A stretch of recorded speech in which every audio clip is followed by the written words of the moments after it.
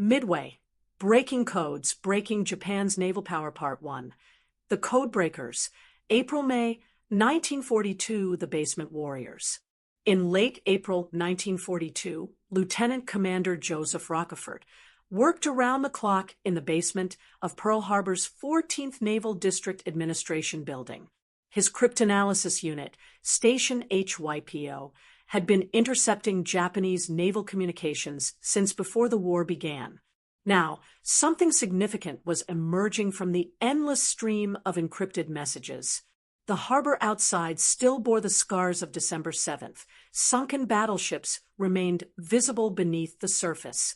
Over 2,000 Americans had died that morning, but Rochefort's team was about to give the United States Navy a chance for revenge. Japanese radio traffic had increased dramatically. References to something called Operation MI appeared repeatedly in decoded messages. A two-letter designation kept surfacing. AF. The location was clearly important enough to warrant a massive operation. But where was AF? Admiral Nimitz takes the gamble. Admiral Chester Nimitz commanded the Pacific Fleet from its lowest point. A Texan known for his calm demeanor and ice-blue eyes, Nimitz had arrived at Pearl Harbor inheriting a devastated force and a victorious enemy. Unlike many senior officers who dismissed code-breaking as unreliable speculation, Nimitz understood that information could be a decisive weapon.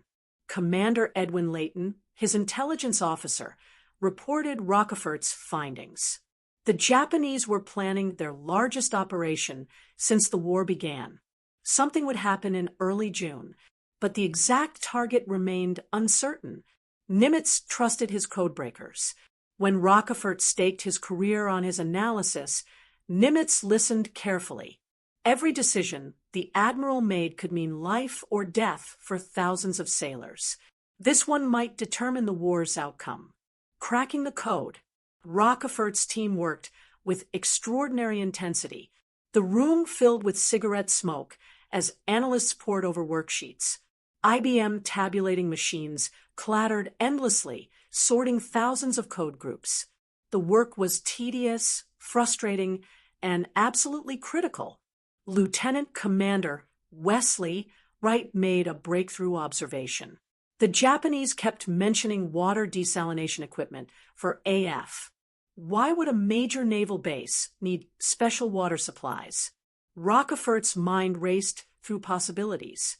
It had to be somewhere remote, strategically vital, and potentially short on fresh water. Midway Atoll fit perfectly. The tiny American outpost sat 1,300 miles northwest of Hawaii, guarding the approaches to the islands. If Japan captured Midway, Hawaii itself would be threatened. Lieutenant Commander Jasper Holmes proposed an ingenious verification method. Have Midway send a message in plain language reporting water supply problems. If the Japanese mentioned it in their coded traffic, they would know AF was definitely Midway. Nimitz approved immediately.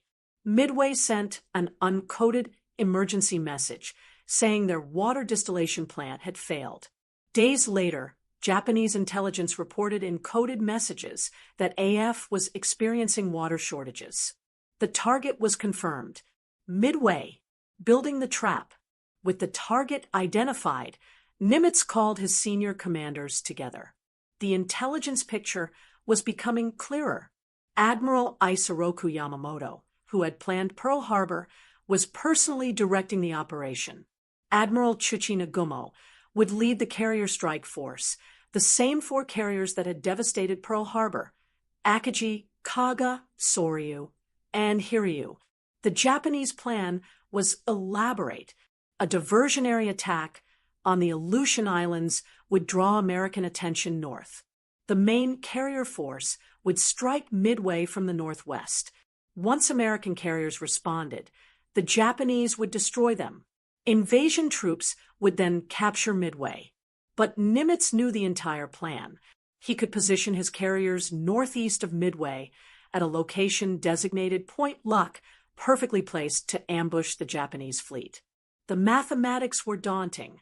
Japan was bringing 4 fleet carriers with approximately 250 aircraft and the world's most experienced naval aviators. The United States had 3 carriers with about 230 aircraft and less combat experience. However, the Americans had the priceless advantage of surprise, the impossible repair. One major problem remained. USS Yorktown had been severely damaged at the Battle of Coral Sea and was limping back to Pearl Harbor. The maintenance officer estimated 3 months minimum for repairs. Nimitz gave him 3 days. Over 1,400 workers swarmed Yorktown in round-the-clock shifts. Welders worked until they collapsed from exhaustion. What should have taken months was compressed into 72 hours of superhuman effort. Every worker understood that their speed might determine victory or defeat. On May 30th, Yorktown sailed with fresh welds still visible on her hull, joining Enterprise and Hornet at Point Luck northeast of Midway. Part 2. Preparing for Battle. Late May 1942, the commanders. Admiral William Bull Halsey should have commanded the carrier task force. The aggressive leader had conducted early raids against Japanese-held islands and was beloved by his men. But severe dermatitis left him hospitalized, unable to stand. Halsey chose his replacement, Admiral Raymond Spruance. The 2 officers were opposites. Halsey was bold and instinctive. Spruance was calculating and methodical. But Halsey trusted Spruance completely. Spruance had never commanded carriers in combat, but he possessed something more valuable, the ability to make decisions based on facts rather than emotion. He listened to his subordinates and calculated every move carefully. These qualities would soon be tested beyond imagination. The pilots. Commander Wade McCluskey commanded Enterprise's Air Group, a veteran naval aviator. He would lead the dive bombers into battle. Among his squadron commanders was Lieutenant Richard Dick Best, known for exceptional accuracy in dive bombing. Lieutenant Commander John Waldron commanded Torpedo Squadron 8 aboard Hornet. He knew his Douglas TBD Devastator torpedo bombers were obsolete. The planes were slow, poorly armed, and vulnerable. In his final briefing, Waldron was brutally honest with his men about their chances. Among Waldron's pilots was Ensign George Gay, fresh from flight school, with barely 300 hours of flight time. The young Texan tried to hide his fear, knowing they would attack without adequate fighter cover. Lieutenant Commander John Thatch developed new tactics to counter the superior Japanese Zero fighter. His Thatch weave used pairs of fighters to cover each other, compensating for the Zero's better maneuverability. American Wildcats couldn't outturn Zeros, but they were tougher and could absorb more punishment. Midway's defenders. On Midway itself, Marine Colonel Harold Shannon commanded a ragtag collection of obsolete aircraft. His Brewster Buffalo fighters were already proven inferior to Zeros. Pilots called them flying coffins. Most of his aviators were inexperienced, fresh from training. Major Lofton Henderson understood their mission clearly: delay the Japanese long enough for the Navy to strike their carriers. Every minute Midway's defenders could buy might make the difference. Commander Cyril Samar, Midway's senior officer, knew the tiny atoll was packed with ammunition and fuel. One well-placed bomb could create an inferno, but there was no alternative. Everything depended on Midway holding out long enough. Part 3. June 3rd to 4th, 1942. Contact first sighting. On June 3rd, at 9 a.m., Ensign Jack Reed, piloting a PBY Catalina patrol plane, spotted ships on the horizon 700 miles from Midway. He radioed the sighting, but these were invasion transports, not the carriers.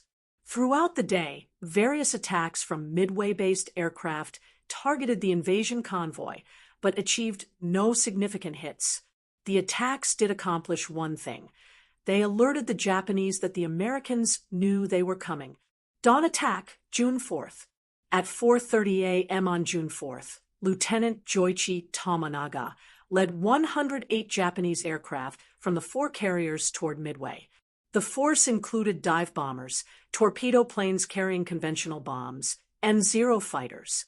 Midway's radar detected the incoming strike at 5:52 a.m. Air raid sirens wailed. Every flyable aircraft scrambled to avoid destruction on the ground. Major Henderson led his Marines into the sky, knowing they faced superior opponents. The Marine fighters met the incoming Japanese force head-on. Zeros tore through the obsolete Buffaloes like hawks among pigeons. Henderson's aircraft was shot down as he led his dive bombers in their attack. Within minutes, numerous Marine planes spiraled burning into the ocean. But the sacrifice bought time. The disrupted Japanese formation allowed Midway's bombers to escape and head toward the enemy fleet. Nagumo's dilemma. At 6:30 a.m., Tomonaga's force bombed Midway. Fuel tanks exploded, buildings burned, and the power station was destroyed. But as Tomonaga assessed the damage, he realized the attack had failed its primary objective. Runways were damaged, but reparable. Defensive positions remained intact. Few aircraft had been destroyed on the ground. Tomonaga radioed Admiral Nagumo, "There is need for a second attack wave." This message triggered the fatal chain of events. Nagumo had held back 93 aircraft armed with torpedoes and armor-piercing bombs in case American ships appeared. At 7:15 a.m., he ordered them rearmed with conventional bombs for a second strike on Midway. Crews began the dangerous work of removing torpedoes and replacing them with bombs on crowded hangar decks filled with volatile fuel and ammunition. At 7:28 a.m., everything changed. A Japanese scout plane reported 10 enemy surface ships bearing 10 degrees, distance 240 miles from Midway. The scout hadn't identified ship types. Did this force include carriers? Nagumo suspended the rearming operation, but confusion reigned on the hangar decks. Some aircraft were fully converted, others half done, with ordnance scattered everywhere. At 8:20 a.m., the scout plane sent another report. Enemy ships are accompanied by what appears to be a carrier. American carriers were at sea. Nagumo's aircraft were in chaos. Worse, his first strike wave was returning from Midway, low on fuel and needing to land immediately. Part 4. The Sacrifice. Morning, June 4 teach the Americans launch. Admiral Spruance had made a crucial decision. Rather than wait for his entire strike force to form up, he would launch at maximum range. His planes would barely have enough fuel to return, but it would catch the Japanese at their most vulnerable moment. By 8 a.m., American aircraft were airborne but scattered. Different squadrons became separated in clouds, each proceeding independently toward the estimated Japanese position. This lack of coordination would prove paradoxical, both a weakness and an unexpected strength. Torpedo Squadron 8. At 9:20 a.m., John Waldron spotted the Japanese fleet through breaks in clouds. His Torpedo Squadron 8 was alone, separated from fighters and dive bombers. Attacking without fighter cover against Zeros was suicide, but Waldron gave the order, "Attack immediately." 15 Devastator torpedo bombers descended toward the Japanese carriers at wavetop height. The Zeros were waiting. One by one, the slow, vulnerable American planes burst into flames and crashed into the sea. Ensign George Gay watched his squadron mates die around him. Waldron's plane exploded and cartwheeled into the ocean. Others disintegrated under concentrated fire. Gay's rear gunner, Bob Huntington, was killed by cannon fire. Gay released his torpedo at Soryu, then flew directly over the carrier, so low he could see Japanese sailors' faces. Moments later, his plane was riddled with bullets and crashed into the sea.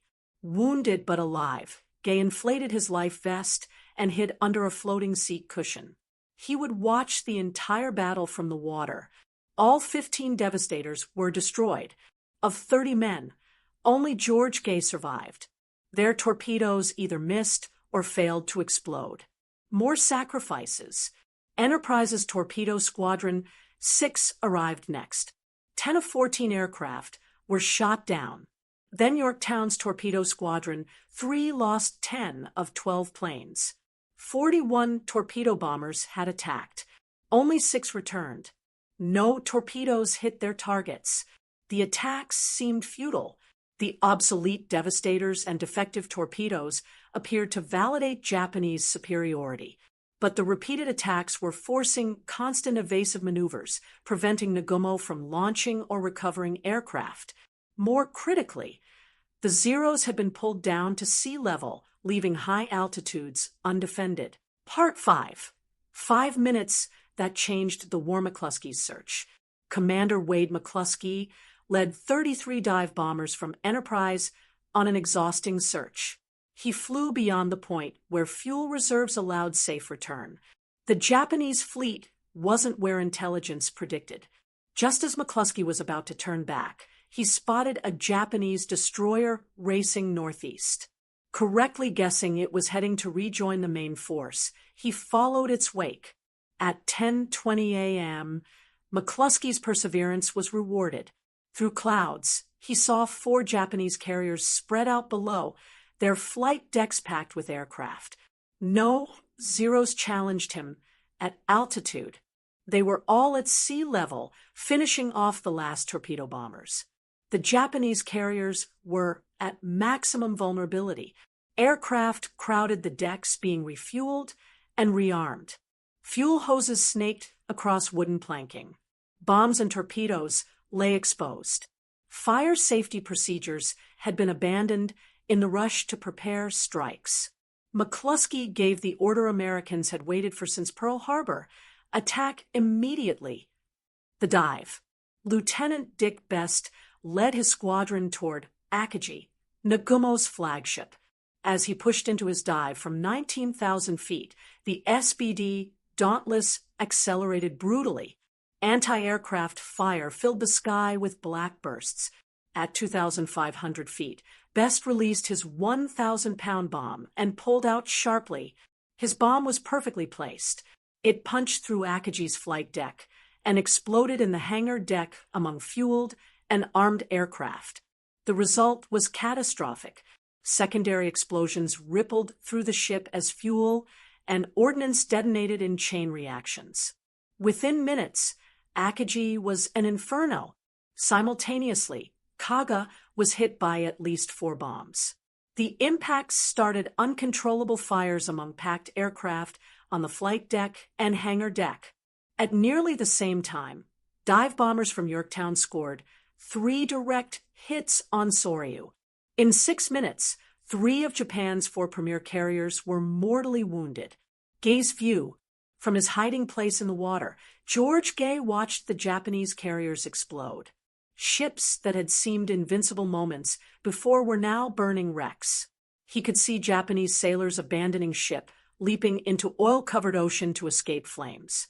Bodies of his squadron mates floated nearby.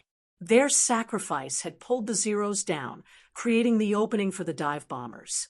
Torpedo Squadron 8 had known they were flying to certain death, but they had gone anyway. Part 6. The battle continues. Hiryu's counterstrike. Admiral Nagumo, forced to transfer from the burning Akagi to a cruiser, was in shock.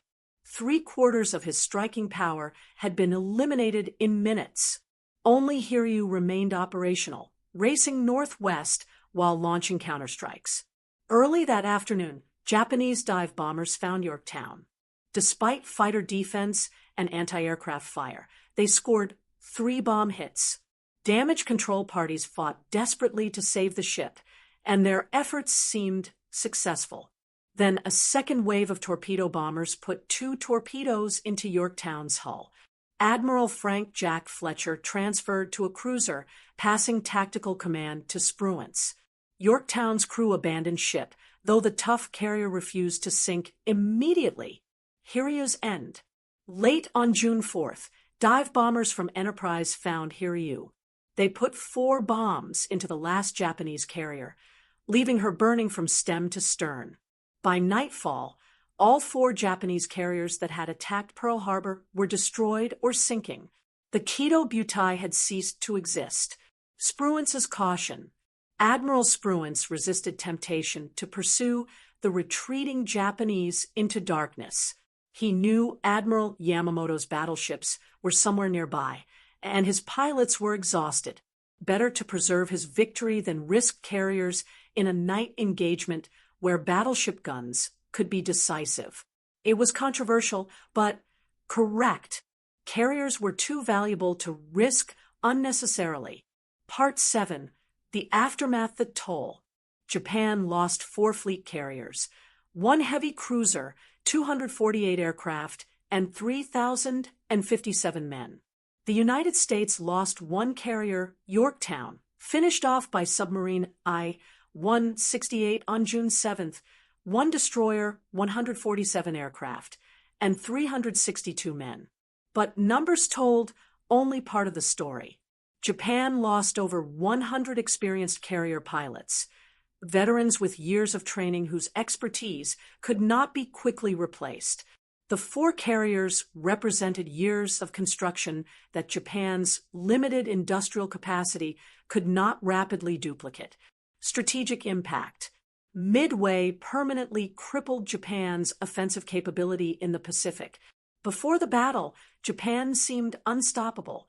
After Midway, Japan never launched another major offensive operation. The battle validated American faith in intelligence and calculated risk-taking. Nimitz's trust in his codebreakers, Spruance's careful tactical decisions, and the incredible courage of the pilots combined to achieve what seemed impossible. For Japan, Midway exposed fatal flaws. The complex operational plan dispersed forces thousands of miles apart, unable to support each other. Failure to adequately scout for American carriers proved disastrous. The crucial minutes of vulnerability during rearming operations became fatal. Most importantly, the sacrifice of American torpedo bomber crews created conditions for victory. Men like John Waldron knew they were flying to almost certain death, but pressed their attacks anyway, pulling Japanese fighters down and disrupting carrier operations. Part 8. Individual Fates. American Heroes. Commander Wade McCluskey. His decision to follow the destroyer to find the Japanese fleet changed history. He received the Navy Cross and retired as Rear Admiral in 1956. He died in 1976. Lieutenant Richard Best. His perfectly placed bomb doomed Akagi. However, he inhaled caustic soda from defective oxygen during the mission, permanently damaging his lungs. He never flew combat again, but lived until 2001. Ensign George Gay, the sole survivor of Torpedo Squadron 8, became a TWA pilot after the war. He spent decades speaking about his squadron's sacrifice and wrote Sole Survivor. He died in 1994. His ashes were scattered where his squadron went down. Lieutenant Norman Dusty Kleiss, a dive bomber pilot who scored hits on multiple Japanese ships. He flew 85 combat missions, received the Navy Cross, and lived to 100, passing in 2016 as one of the last Midway dive bomber pilots. Lieutenant Commander Joseph Rochefort. Despite his crucial role in breaking Japanese codes, he was reassigned shortly after Midway due to bureaucratic conflicts. His contributions remained classified for decades. In 1986, he was posthumously awarded the Navy Distinguished Service Medal. Japanese losses. Admiral Chuchi Nagumo never recovered from the defeat. Relegated to shore commands, he committed suicide in July 1944 during the Battle of Saipan as American forces overran the island. Admiral Isoroku Yamamoto, killed in April 1943 when American P-38 fighters, using decoded intelligence, intercepted and shot down his aircraft over Bougainville. After Midway, he reportedly told his staff, "I have killed many young men today," understanding Japan could not win. Captain Mitsuo Fukuda led the Pearl Harbor attack and was aboard Akagi during Midway. wounded with broken ankles, but survived. Post-war, he became a Christian missionary promoting U.S.-Japan reconciliation. He often said that at Midway, Japan lost the war in 5 minutes. Part 9. Long-term consequences of irreplaceable losses. Japan started the war with 6 large fleet carriers and the world's best-trained naval aviators. After Midway, only 2 carriers remained operational, and the corps of veteran pilots was gone. Japan would build new carriers, but never trained enough pilots to make them effective. Japanese training programs produced perhaps 100 carrier pilots yearly, while American programs soon produced thousands. The institutional knowledge of carrier operations, understanding gained through years of experience, died with the pilots and ships at Midway. This expertise could not be taught quickly or replaced easily. Industrial imbalance. While fighting raged at Midway, American shipyards were constructing new Essex-class carriers. The United States would eventually build 24 Essex-class carriers. Japan struggled to complete 6 new carriers, mostly conversions, none equal to American ships. American industrial capacity could replace losses, adaptation, and initiative. The battle demonstrated that wars are won not by superior equipment or experience alone, but by those who adapt, seize opportunities, and sustain losses while continuing to fight. Japan had better pilots, aircraft, and experience at war's start, but Americans had broken codes, developed better damage control, possessed industrial might to replace losses many times over, and most importantly, leaders willing to take calculated risks. Nimitz risked his entire carrier force on potentially incorrect intelligence. McCluskey risked fuel exhaustion, searching for Japanese carriers. Best risked everything attacking a different carrier with just 2 wingmen. These decisions, made under extreme pressure, determined the battle's outcome. Turning point.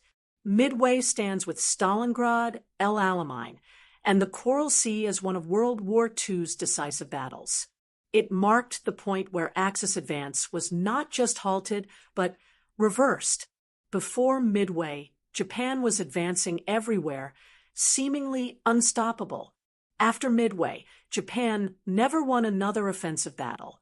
The strategic initiative passed permanently to the United States. Historical significance. The Battle of Midway changed not just the Pacific War, but world history. It demonstrated that intelligence, properly used, can overcome numerical disadvantage, courage, and sacrifice. Even in apparent failure, create opportunities for victory. Industrial capacity ultimately determines outcomes in modern war-free peoples, united in purpose, can defeat any tyranny. Carrier aviation would dominate naval warfare for decades to come. Information is as important as firepower in modern combat. Conclusion. Remembering Midway. Today, Midway Atoll is a wildlife refuge. Runways are abandoned, facilities crumbling, albatrosses nest where bombs once fell. The waters remain hallowed ground where brave men from both nations fought and died. The Japanese carriers rest on the Pacific bottom at depths exceeding 17,000 feet. Kaga was found in 2019, sitting upright with hull intact but deck destroyed. Akagi lies nearby, showing massive fire damage. They are war graves, tombs for thousands. As the last veterans pass away, the story must endure. Future generations need to understand that freedom isn't free. It was purchased with blood of men climbing into obsolete torpedo planes, diving through walls of flak, and giving everything to stop tyranny. Midway proved that ordinary people, facing extraordinary circumstances, can rise to any challenge. When democracy is threatened, free people will defend it. Courage isn't the absence of fear, but action despite it. The numbers 3,057 Japanese dead, 362 Americans, represent individuals with hopes, dreams, fears, and loved ones. Each death was a tragedy. Young men who should have seen grandchildren died in fire and water. But their sacrifice wasn't in vain. Freedom survived and flourished. The Pacific, once a battlefield, became peaceful waters traveled by merchants, not warships. Japan and America, bitter enemies, became close allies. The lesson of Midway resonates across generations. When tyranny threatens, free people rise. Sometimes the world's fate rests on a few brave individuals. And ordinary people, united in purpose, can achieve extraordinary things.